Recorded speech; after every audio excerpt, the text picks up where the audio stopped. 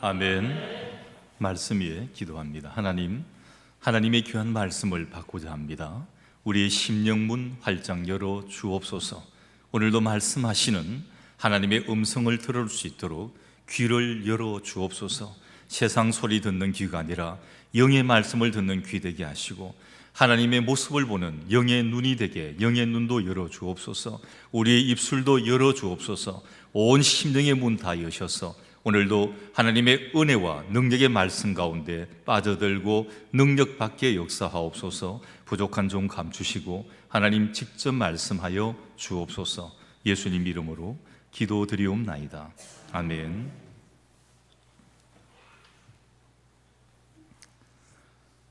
미국의 텍사스가 유전이 굉장히 많은 곳입니다. 그게 예이처 풀이라고 하는 큰 유전이 있는데 원래는 유전이 아니었어요.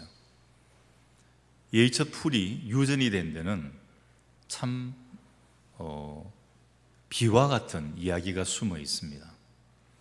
원래 거기는 목장이었습니다. 1930년대 세계 대공황이 일어날 당시에 예이처라고 하는 사람이 이 목장을 구입을 하게 되었는데, 돈이 다 있어서 목장을 구입한 게 아니고 융자를 받고 해가지고 목장을 구입을 했습니다.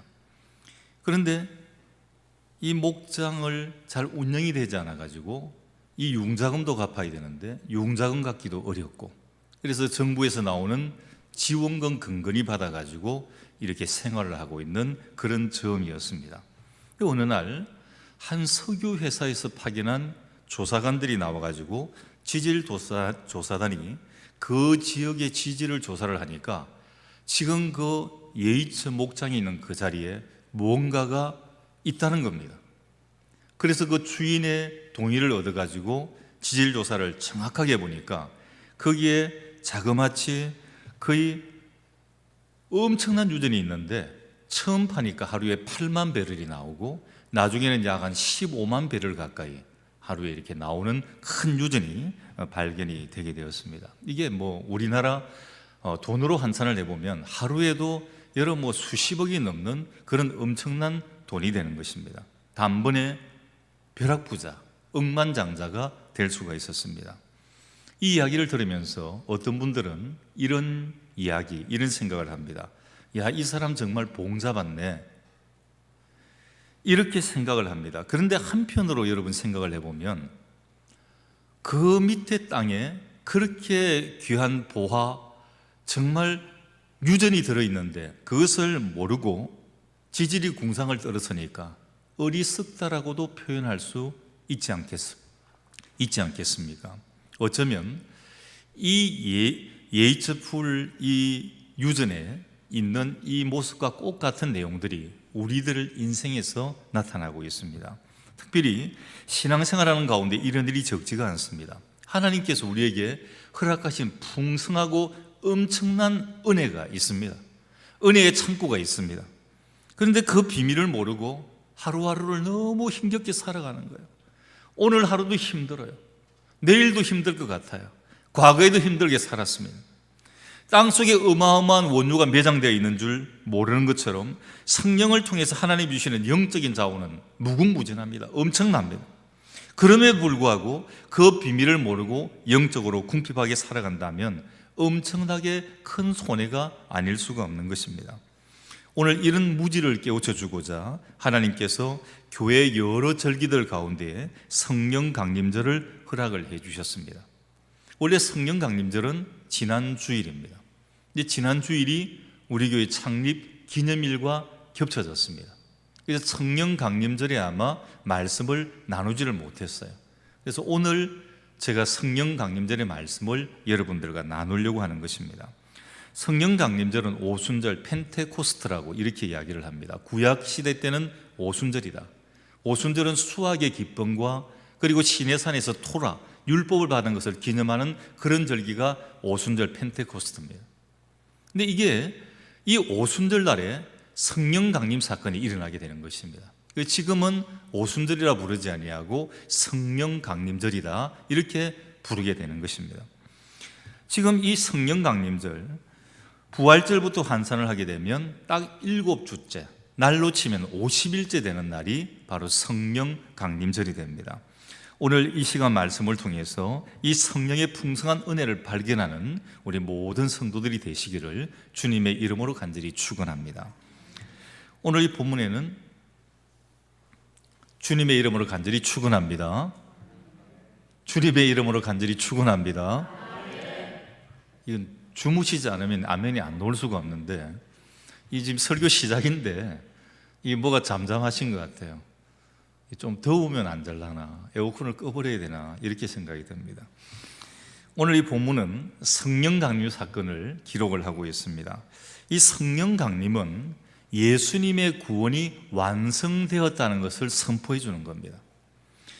예수님이 아무리 십자가에서 피 흘려서 돌아가시고 부활 승천하셨다 할지라도 이 성령 강림이 없다면 구원의 역사는 무효화될 수밖에 없다는 것입니다. 왜 그렇습니까?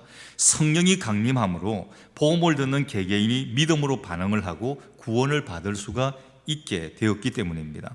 예수님이 이루신 구원을 개개인에게 적용시켜 주시는 분이 바로 성령님입니다. 그래서 여러분, 성령이 우리 마음에 들어오면 뜨거워집니다. 그전에는 그냥 예배 드리는 것이 몸이 건조하고 왜 이렇게 기냐, 그 왜 가야 되냐, 여러 가지 봉사하고 헌신하는 것도 아까웠는데, 성령이 역사하고 성령이 충만하고 성령이 임재하게 되면 예배 시간이 기다려집니다. 너무너무 찬양이 끊이지 않습니다. 말씀을 듣고 싶어 이곳저곳으로 찾아다닙니다. 교회에 내가 헌신하고 봉사할 곳이 없나 찾아다니게 되는 것입니다. 성령이 역사하심으로 이렇게 우리의 마음속에 뜨거움으로 일어나게 된다는 것입니다. 오늘 성령 강림이 이렇게 중요한 일대 사건이기 때문에 하나님께서 선언적인 의미로 특별한 사인을 보여주십니다.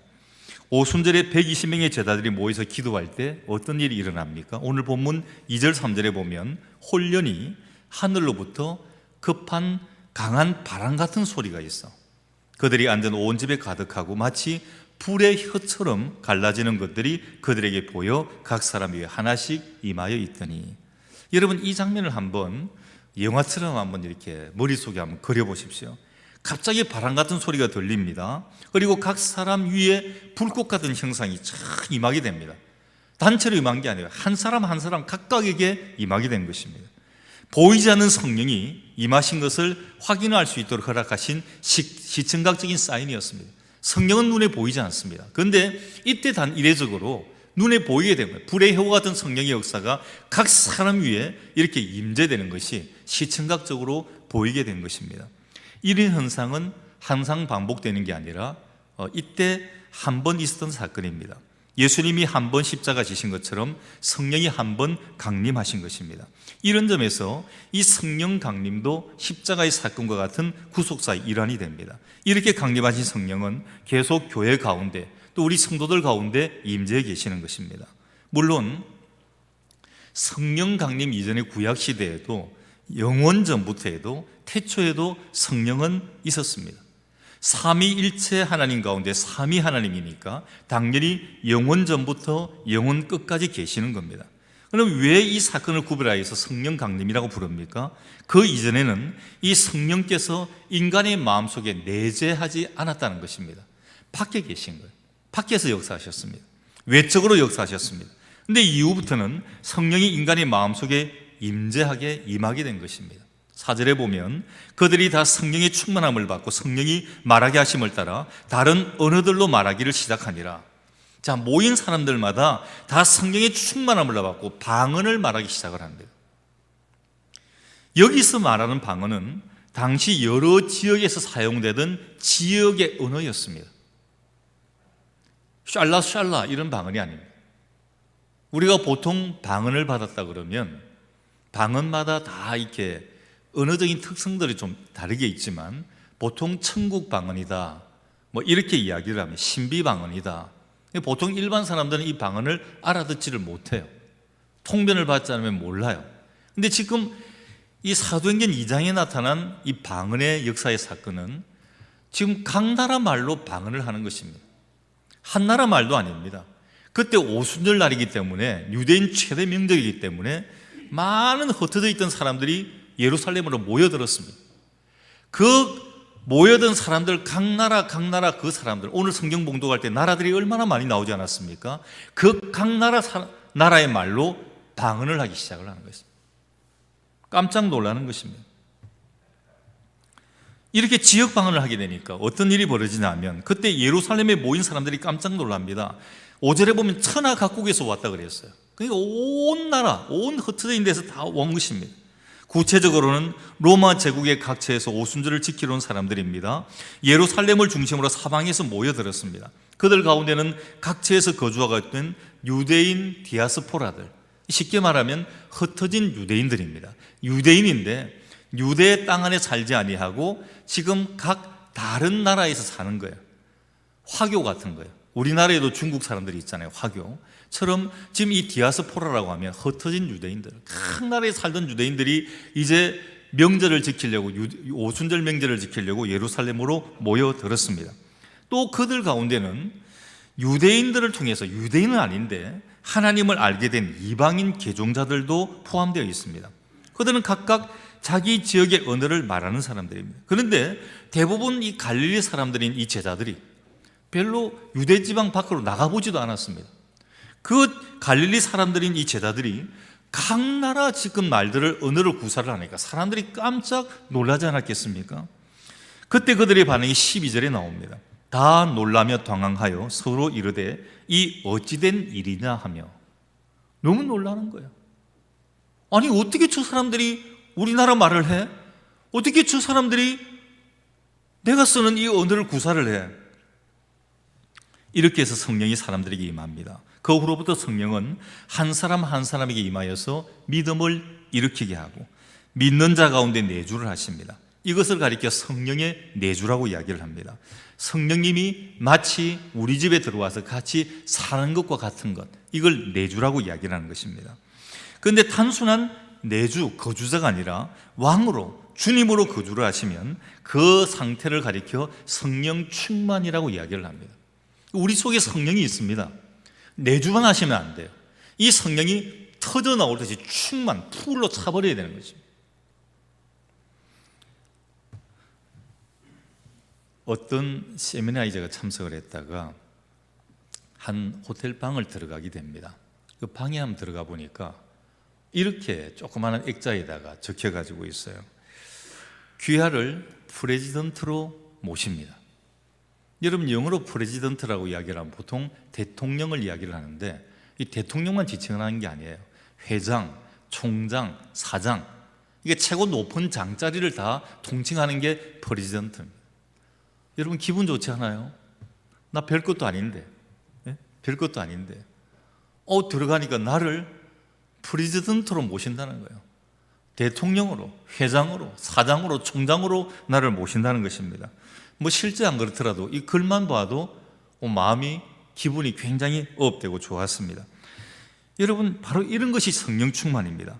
성령님을 단순한 거주자, 내주자로 모시는 게 아니라 우리 마음에, 우리 인생의 프레지던트로 모시는 것입니다. 성령을 대통령으로 모시는 거예요. 성령을 회장님으로 모시는 거예요. 성령을 사장으로, 총장으로 모시는 겁니다. 그럴 때 이 성령이 나를 다스려주고 통치해주는 그 상태가 바로 성령 충만인 것입니다. 성령은 이렇게 우리 가운데 오셔서 믿음을 주시고 내주하고 그리고 충만하게 역사를 합니다. 고린도전서 12장 3절에 성령으로 아니하고는 누구든지 예수를 주시라 할 수 없느니라 그랬습니다. 이 말은 믿음은 공부를 해서 얻는 게 아니라 오직 성령으로 인해 생기게 되는 것임을 알 수가 있습니다. 고린도전서 3장 16절에 거기는 성령의 내주를 이렇게 언급을 합니다. 너희는 너희가 하나님의 성전인 것과 하나님의 성령이 너희 안에서 계시는 것을 알지 못하느냐.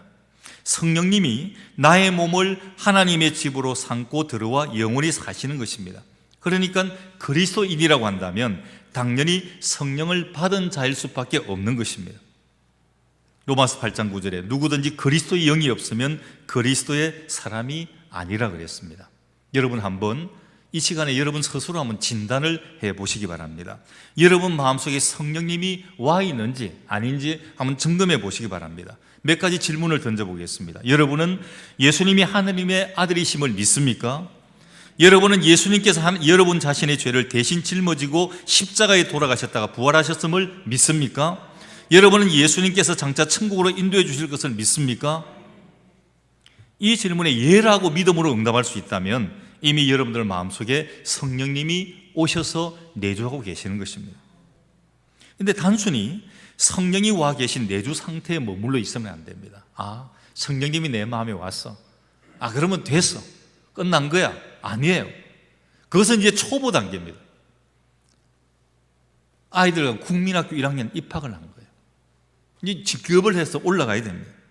최소한의 은혜입니다. 더 나아가야 됩니다. 오늘 이 본문을 보면 성령 강림 당시 제자들은 성령의 내주에서 더 나아가서 성령 충만의 상태를 보여주고 있습니다. 이 모습을 보고 그 모여있던 무리들이 그 제자들을 보고 뭐라 그랬냐면 저 사람들 술 취해서 새술에 취해서 이렇게 이야기를 합니다. 13절에 보면 또 어떤 이들은 조롱하여 이르되 그들이 새술에 취하였다 하더라. 근데 베드로가 반박을 합니다. 15절에 때가 제3신이 너희 생각과 같이 이 사람들이 취한 것이 아니라, 여러분 제3신은 오전 9시예요. 아침에 무슨 술이 취합니까? 그리고 제3신은 기도하러 가는 시간이에요. 기도하러 가는 시간 그 오전 9시에 누가 술 취했다는 말이야? 그거 아니야. 술 마신 게 아니야. 베드로는 이렇게 이야기를 합니다.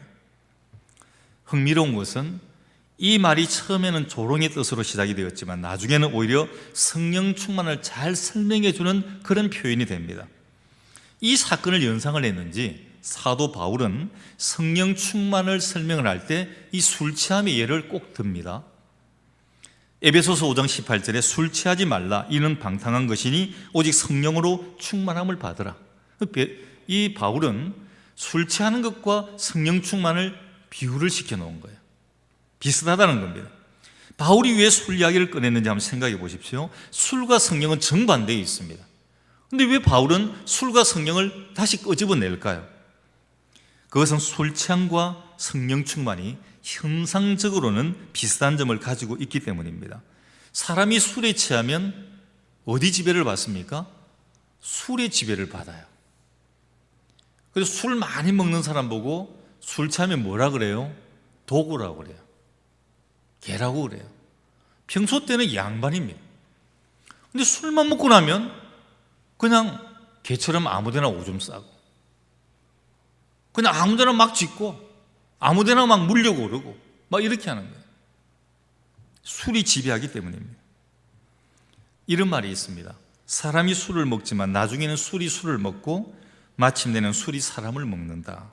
그래서 술에 취하면 인격, 지정의가 달라집니다.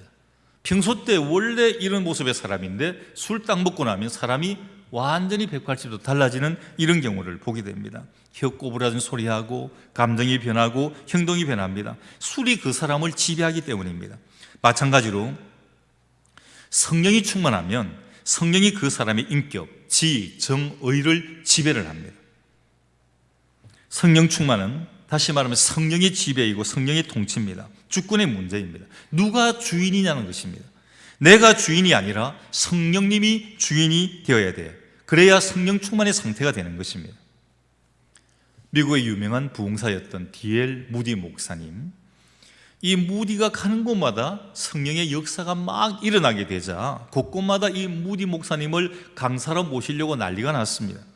어느 한 지역에서 여러 교회가 연합해서 연합 집회를 개최를 하려고 합니다. 그래서 여러 목회자들이 모여가지고 이제 우리 강사를 누구로 모실래? 이구동성으로 너도 나도 다 무디 목사님을 이야기를 하는 것입니다. 그때 한 사람이 시큰둥한 모습으로 이렇게 말을 합니다. 아니, 무디가 성령을 독점했다는 말입니까? 모두들 왜 무디 왜 자꾸만 무디라고 이야기를 하냐? 근데 한 사람이 이렇게 대답을 합니다. 무디가 성령을 독점해서 그러는 게 아니라 성령이 무디 목사를 독점하고 있기 때문입니다. 성령에 붙들렸다는 겁니다. 성령에 붙들린 무디 목사는 자기 한 개인이 아닙니다. 성령이 역사하기 때문에 세계 곳곳 가는 곳마다 그 사람이 서서 집회를 하는 곳마다 놀라운 능력과 기적이 일어나게 되었다는 것입니다. 여러분, 성령이 나를 독점하고 사로잡고 이끌어갈 때 우리는 성령 충만을 경험을 하게 됩니다. 성령 충만하게 되면 얼마나 놀라운 복이 있는지 모릅니다. 성령 충만한 사람은 이런 특징을 가지고 있습니다. 첫 번째로, 성령 충만한 사람은 확신의 사람이 됩니다. 확신을 가집니다. 베드로와 제자들은 예수님을 따라다녔습니다. 그리고 십자가에 죽었다 부활하신 주님을 목격을 했지만 여전히 두려웠어요. 그때까지도 드러내지를 못했습니다. 숨어 있었습니다. 마가의 다락방에 숨어서 기도하고 있습니다. 은밀히 기도합니다. 그런데 성령으로 충만하게 된 이에 어떻게 됩니까? 14절 36절에 보게 되면, 14절에는 베드로가 11사도와 함께 서서 소리를 높여 이르되, 숨어 있었습니다. 예수님 모른다고 도망쳤던 비겁증이었습니다. 그런데 지금 서서 소리를 높여 이릅니다. 36절에 보면, 그런즉 이스라엘 온 집은 확실히 알지니 너희가 십자가에 못 박은 이 예수를 하나님이 주와 그리스도가 되게 하셨느니라. 무리들 앞에 담대하게 복음을 증거를 합니다. 숨어있던 비겁했던 베드로의 모습은 온데간데 없어졌습니다. 성령 충만하면 이렇게 달라집니다. 담대해집니다. 예전의 베드로가 아니었습니다. 예수를 모른다고 3번이나 부인했던 그 베드로 아니었습니다. 다시 고기잡이 현장으로 돌아갔던 그 베드로가 아니었습니다. 이제는 확신이 있기 때문입니다. 사도행 7장에 보면 스데반의 순교 장면이 나옵니다. 그는 공회 앞에서 담대하게 복음을 증거합니다. 당시 공회 요원들은 모두가 다 예수를 반대하는 사람들이었습니다. 그들 앞에서 반대한다는 것은 죽음을 의미하는 것입니다. 두려워하지 않았습니다. 그 위압감이 얼마나 크지 않았겠습니까? 그런데 스데반은 당당하게 맞서다가 순교를 합니다. 천사처럼 순교했습니다. 어떻게 이것이 가능합니까? 그가 성령 충만함으로 확신 가운데 있었기 때문입니다. 여러분, 이런 확신 가운데 살 수 있다면 얼마나 좋지 않습니까? 구원의 확신, 승리의 확신, 이런 확신으로 늘 승리하며 나아가는 여러분 되시기를 주님의 이름으로 간절히 축원합니다. 두 번째로, 성령 충만한 사람은 능력의 사람이 됩니다. 이 베드로와 사도를 통해서 더 나아가 그들의 복음 증거를 듣고 믿음으로 성령 충만해진 사람들을 통해 초대 예루살렘 교회는 놀라운 일들이 많이 나타나게 됩니다. 43절에 보면 사람마다 두려워하는데 사도들로 말미암아 기사와 표적이 많이 나타나니, 그 중에 대표적인 사건이 사도행전 3장에 나타나는 성전 미문 앞 안전뱅이 거린이 일어나는 사건입니다. 이 안전뱅이 거린이 베드로를, 요한을 만납니다. 베드로, 요한은 기도 시간에 맞춰서 예루살렘 성전에 기도하러 들어가는 길이었습니다. 그 기도하는 사람들의 자비하심을 이용을 해서 돈을 받으려고 하는 이 거린은 딱 그 입구에 앉아 있습니다. 그리고 물질을 요구를 합니다. 물질이 없습니다, 베드로, 요한은. 그래서 사도행전 3장 6절에 이렇게 말을 합니다. 은과 금은 내게 없거니와 내게 있는 이것을 내게 주노니 나사렛 이 그리스도 예수의 이름으로 일어나 걸으라 그랬습니다. 예수 이름으로 일어나 걸으라. 그러자 이 사람이 그 자리에서 뻘떡 일어났습니다. 나면서부터 안전뱅이 된 자였습니다. 한 번도 걸어본 적, 일어나 본 적이 없는 사람이었습니다. 근데 그 자리에서 뻘떡 일어났습니다. 걷습니다. 뜁니다. 찬양을 합니다. 이렇게 성령 충만하면 능력의 사람이 됩니다. 자기 안에 또 주변에 놀라운 일들을 일으키게 됩니다. 치유의 역사가 일어나고 문제 해결의 역사가 일어나고 형통의 역사가 나타나는 것입니다. 이런 삶은 억지로 사는 게 아니라 저절로 살아가게 되는 겁니다. 교회만 나오면 신바람이 나는 것입니다. 하나님 믿으면, 하나님 말씀대로 역사하면, 기도하면 이렇게 이루어주는데 신바람 나지 않겠습니까?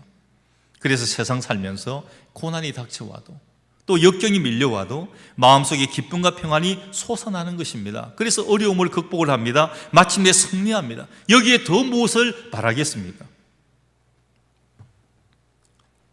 제가 어릴 때, 그때는 자동차 별로 없었습니다. 제 고향 마산도 제 어릴 때는 전국 7대 도시 중에 하나입니다. 요즘 같은 광역시급 정도 되는 거죠. 그 안에는 공업도시고 꽤 산업화되어 있는 도시입니다.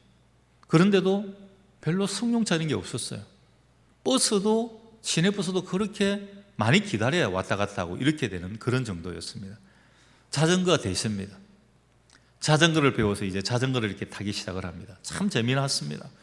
이 세발 자전거 타다가 두발 자전거를 탁 배우니까 이게 천국에 올라간 것 같아요.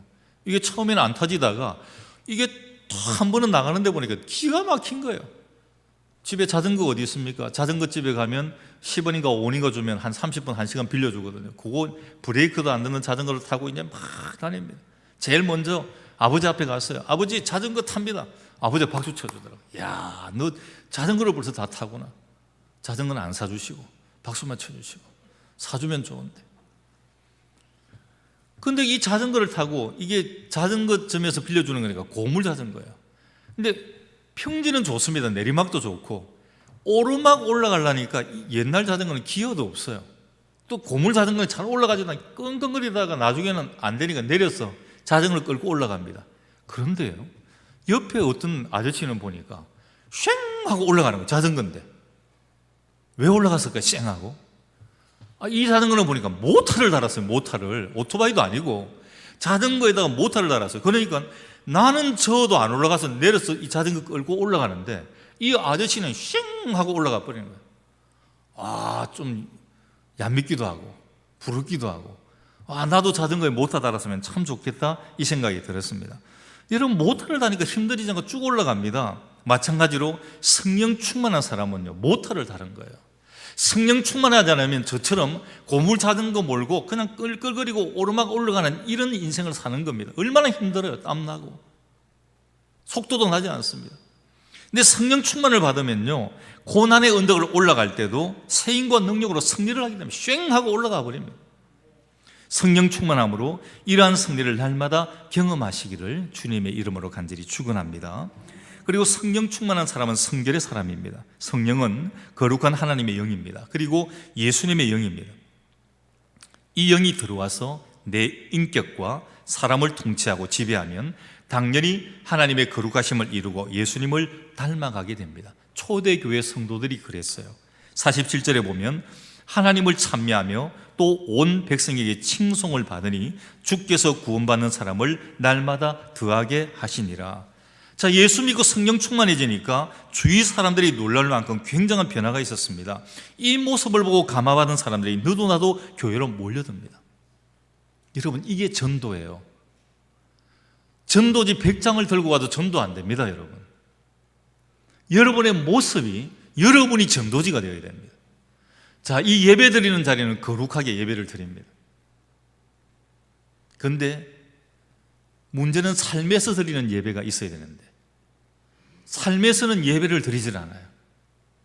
욕하고 속이고 세상 사람들하고 똑같이 행동하고, 그럼 세상 사람들이 그 사람을 보고 손가락질합니다.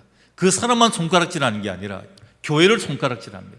우리 주님에게 손가락질을 합니다. 교회 나가봤자 별 수 없네. 저 따위로 살고 있는데 뭐 저렇게 말하는데 뭐 저런 행동하는데 뭐 내가 왜 교회를 가? 그렇지 아니하고 오늘 본문 47절의 말씀처럼 이 초대교회 성도들은 온 백성이 칭송을 받았다 그랬으니까 우리가 나가서 그들에게 정말 크리스찬으로서의 참모습을 보여주게 되면 이들은 이렇게 생각을 합니다. 갈증이 일어나요. 무슨 갈증이 나면 저 사람이 다니는 교회는 어떤 곳일까? 저 사람이 믿는 하나님은 어떤 하나님일까? 저 사람이 믿는 예수는 과연 누구일까? 갈증이 일어나는 거죠. 영적인 갈증입니다. 여러분들이 만나는 사람마다 이런 갈증이 일어나게끔 여러분 만드셔야 됩니다. 그게 영적인 삶인 거예요. 전도지 들고 100번을 해도 전도되지 않습니다. 근데 내가 전도지가 되어야 되는 것입니다. 내가 기도하고 내가 말씀으로 충만하여 은혜 받고 성령으로 충만되어서 그들에게 그 모습을 보이게 되면 그들은 말하지 않아도 교회로 오게 됩니다. 인간은 죄인이라 이중성을 가지고 살아갑니다. 하나님의 형상입니다. 여러분, 하나님이 어떻게 생겼을까 궁금하죠? 옆 사람 보면 됩니다. 옆 사람. 하나님의 형상이에요. 하나님의 형상대로 우리를 지으셨다 그랬거든요. 그 옆에 있는 여러분 보는 그 성도님들의 얼굴이 하나님의 모습이에요. 그렇게 하나님의 형상으로 창조가 되었지만 죄악으로 일그러져 있습니다. 나름대로 거룩하고 바르게 살아보려고 애를 쓰지만 잘 안 됩니다. 죄성 때문입니다. 그래서 앞에서는 거룩한 척하고 뒤에서는 더럽고 추악한 짓을 하는 이중성을 가지게 됩니다.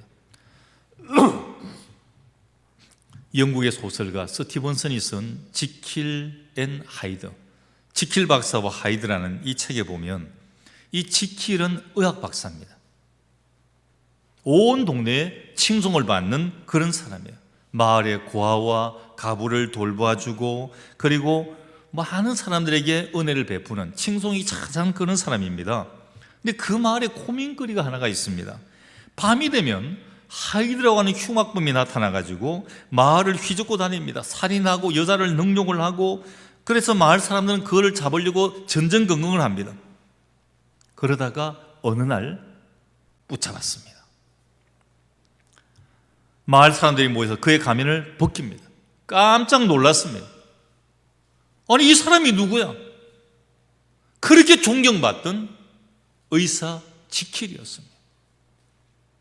고아와 가부의 아버지처럼 그들을 보호해주고 온 어려운 사람들을 도와줬던 이 지킬이 밤이 되면 가면을 쓰고 하이드가 된 것입니다. 나쁜 흉악범이 된 것입니다. 여기 스티븐슨이라고 하는 작가가 보여주고 싶은 것은 우리 인간의 이중성입니다. 이거 인간의 실상입니다. 죄인이기 때문에 별 수가 없습니다. 그러나 성도들이 성령으로 충만하게 되면 이 죄성이 제어가 됩니다. 그리고 변화가 됩니다. 죄인의 모습을 인위적으로 감추는 가면을 벗게 됩니다. 가면을 벗으면 누구의 얼굴이 나오냐면 천사의 얼굴, 주님의 얼굴이 나오게 됩니다. 얼마나 놀라운 은혜입니까? 이렇게 되면 정말 행복하고 멋진 인생을 살아갈 수 있게 되는 것입니다. 그리고 네 번째로 성령 충만한 사람은 증거의 사람이 됩니다. 성령 충만하면 인격과 삶 속에 저절로 예수님의 모습이 나타나고 심령이 기쁨으로 넘쳐서 저절로 입이 열립니다. 복음을 증거하게 됩니다. 삶이 증거가 됩니다. 사도행전 1장 8절에 오직 성령이 너희에게 임하시면 너희가 권능을 받고 예루살렘과 온 유대와 사마리아와 땅끝까지 이르러 내 증인이 되리라. 억지로 하는 게 아니라 성령의 은혜로 저절로 하게 되는 것입니다. 참을 수가 없는 거예요. 아니, 머리끝까지 예수로 가득 찼는데, 머리끝까지 복음으로 가득 차 있는데 참을 수가 없는 거예요. 여러분, 밥을 많이 먹으면 어디까지 찼다고 그러죠? 여기까지 찼다 그러잖아요. 나 건들지 마. 건들면 밥 올라와. 밥 많이 먹은 사람 건들면 올라온다 그러잖아요. 여러분, 성령으로 충만하면 그렇게 되는 거예요. 성령으로 충만하면 탁 건드리면, 최근 능 목사님이 그랬어요. 일본 순산대 잡혀서 탁 때리니까, 예수 또 때리니까 천당. 너는 예수 천당밖에 몰라 하니까 나는 예수님으로 가득 차고 복음으로 가득 차 있으니까 건들면 튀어나오는 게 예수 천당이야.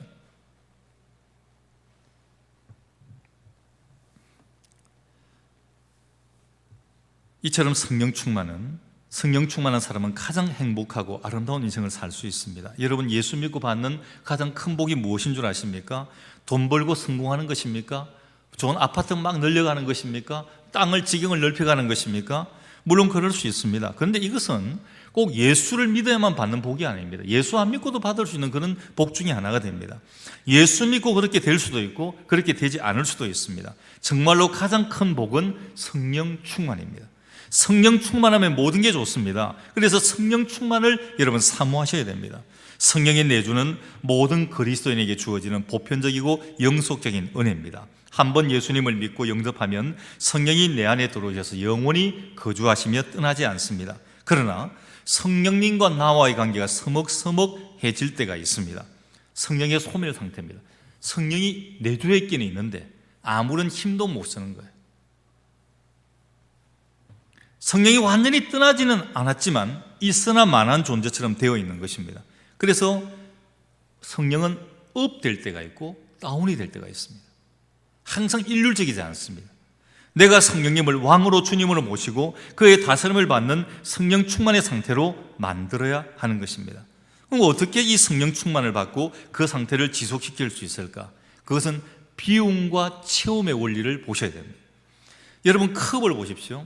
컵 안에 만일에 내가 뭐 깨끗한 거 음료수나 물을 담아야 되는데 이 안에 컵 안에 오물이 들어있다면 그 안에 깨끗한 물을 담을 수 있겠습니까? 음료수를 담을 수 있겠습니까? 담을 수가 없다는 겁니다. 먼저 오물을 비워내야 됩니다. 컵을 깨끗이 씻어야 됩니다. 그래야 그 안에 음료수와 물을 담을 수가 있다는 사실입니다. 비움과 체험입니다. 성령 충만도 마찬가지입니다. 먼저 내 마음속을 비워야 합니다. 성령의 역사를 제한하고 무시하는 것들을 비워야 됩니다. 무엇보다 죄를 제거해야 됩니다. 죄는 전련체입니다. 하나님과 나의 관계를 멀어지게 만들어버리는 거예요. 이사야 59장 2절에 오직 너희 죄악이 너희와 너희 하나님 사이를 갈라놓았고 그랬습니다. 그래서 항상 스스로를 살피고 죄악을 회개해야 합니다. 그리고 겸손해야 됩니다. 바울이 육체의 가시 때문에 하나님 앞에 목숨을 걸고 기도했습니다. 하나님, 내가 복음을 전하는데 내 몸에 있는 이 육체의 가시 질병 때문에 너무너무 이 복음 전하는 게 힘이 듭니다. 이것 좀 없이 제거하여 주십시오. 기도를 하니까 고린도서 12장 9절에 이렇게 대답이 옵니다. 이는 내 능력이 약한 데서 온전하게 짐이라 하신지라. 그러므로 도리어 크게 기뻐함으로 나의 여러 약한 것들에 대하여 자랑하리니 이는 그리스도의 능력이 내게 머물게 하려 함이라. 하나님께서 왜 병을 고쳐주시지 않았나 하면 바울이 교만해질까 봐. 바울은 교만해질 수 있는 조건을 굉장히 많이 갖추고 있었거든요. 왕족 집안, 베냐민 자손, 바리새인 중에 바리새인, 최고 학벌, 로마 시민권, 외형적인 많은 스펙들이 너무 좋은 사람이었습니다. 교만해질 수 있는 조건이 굉장히 많았습니다. 하나님께서 그에게 기도할 수 있는 조건을 하나 두신 겁니다. 몸에 질병이 있으니까 하나님 앞에 부르짖고 기도할 수밖에 없어요. 전도하다가도 몸이 힘드니까 하나님 힘 주옵소서. 그때 하나님 힘 주시는 겁니다. 너가 약할 때 강함이니라, 이 말씀입니다. 우리 약한 게 아니에요. 약할 때 더 많이 하나님 찾으니까 그게 강하게 된다는 사실인 것입니다. 바울은 스스로 겸손하게 자기를 비웁니다. 하나님, 알겠습니다. 하나님의 역사를 제가 믿고 의지합니다. 이게 바로 바울이 항상 성령 충만함으로 승리할 수 있었던 비결이었습니다. 프로골프 선수였던 최경주 선수, 요즘도 골프를 칩니다. 이분이 크리스찬이거든요. 이 최경주 선수의 간증글을 보면 이런 글이 있습니다. 내가 빈잔이 될 때 새로운 게 채워지더라. 골프도 그렇고 신앙생활도 그렇다. 이런 비우면 됩니다. 그리고 비우는 것도 중요하지만 채우는 것도 중요해요. 새로운 것으로 채우지 않으면 아무리 비워도 옛것이 다시 자리를 잡게 됩니다. 여러분, 집을 청소를 해놓았더니 7 귀신이 들어왔다는 성경 구절이 있지 않습니까? 청소를 했으면 거기서 우리가 옳은 살림살이를 넣고 살아야 돼요. 비워놓으면 안 되는 겁니다. 성령이 내줘야 하는 것입니다. 우리 마음속을 말씀으로 채워야 됩니다. 그러면 죄악과 욕심이 다가오지를 못합니다.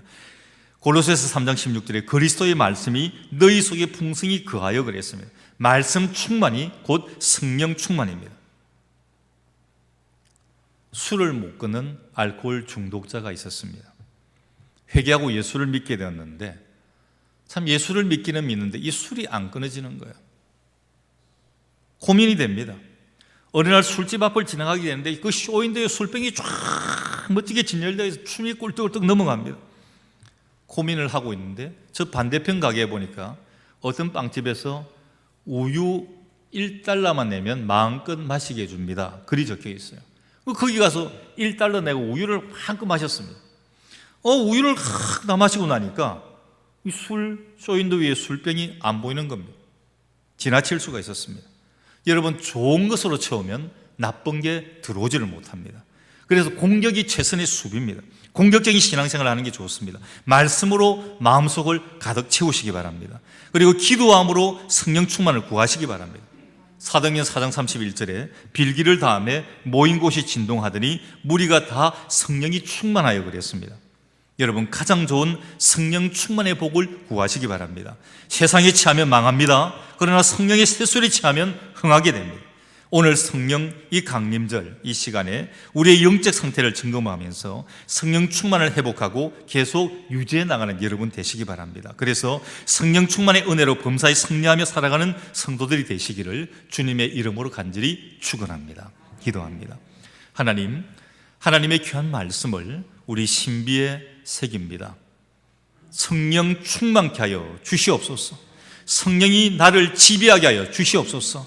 성령을 버리지 않도록 나의 가정에 내 마음속에 영접게 하여 주옵소서. 이제는 내가 나를 지배하는 것이 아니라 성령님이 나를 지배하여서 성령 충만한 은혜와 능력의 삶을 살아가는 저희가 되게 인도하여 주옵소서. 예수님 이름으로 기도드리옵나이다. 아멘. 찬송가